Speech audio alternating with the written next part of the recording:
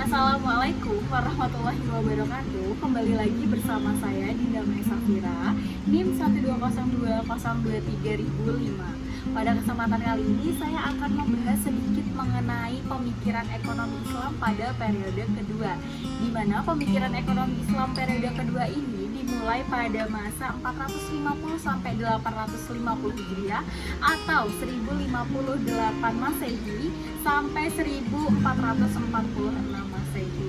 Pada pemikiran ekonomi Islam periode kedua ini membahas beberapa poin-poin yang tentunya saja melahirkan beberapa tokoh cendekiawan. Karena pada pemikiran ekonomi Islam periode kedua ini masa Islam disebut sebagai masa kejayaan, di mana Daulah Abbasiyah berkuasa penuh pada pemikiran ekonomi Islam periode kedua. Dia melahirkan beberapa cendekiawan yang akan saya sebutkan dimulai dari Imam Al-Ghazali. Tokoh Islam yang pertama kita akan membahas mengenai Imam Al-Ghazali, di mana beliau sendiri menjabat dari 451 sampai 505 Hijriah.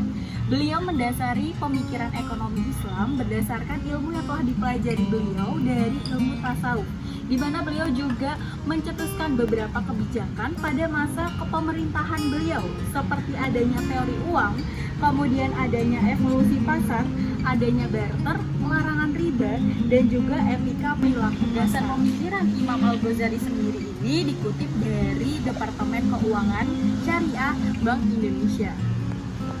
Pada tokoh yang kedua, Nasruddin Tusi menjabat pada 485 Hijriah atau 1093 Masehi, di mana dasar pemikiran ekonomi Islam beliau dikutip dari beberapa ilmu yang telah didapatkan oleh beliau. Di antaranya adalah mengenal beberapa pembagian tenaga kerja, kemudian adanya pentingnya tabungan untuk masyarakat, yang ketiga adalah pembangunan pertanian, dan yang keempat adalah pengurangan pajak yang tidak sesuai dengan syariat Islam.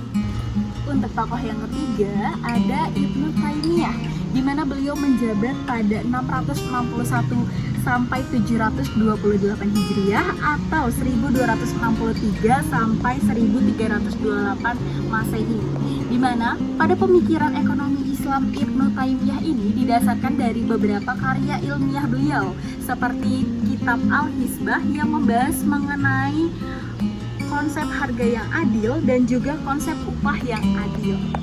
Tokoh yang selanjutnya adalah Ibnu Khaldun, di mana beliau menjabat pada 732 sampai 808 Hijriah atau 1332 sampai 1404 Masehi, di mana untuk pemikiran ekonomi Islam pada masa beliau itu didasarkan kepada ilmu sosiologi, di mana untuk beberapa kebijakan yang dimunculkan adalah yang pertama adanya sektor produksi, untuk yang kedua adanya konsep nilai, yang ketiga adanya konsep harga, dan yang keempat adanya konsep uang. Untuk tokoh yang selanjutnya adalah Imam Al-Syatibi, di mana beliau menjabat pada masa 790 Hijriah atau 1338 Masehi. Beliau juga merupakan seorang ulama yang menerapkan beberapa kebijakan ekonomi seperti adanya konsep makosyid syariah yang digunakan untuk kemaslahatan umat, kemudian pajak yang digunakan untuk kepentingan umum, serta adanya objek kepemilikan yang digunakan untuk menjamin barang ataupun jasa digunakan secara produktif.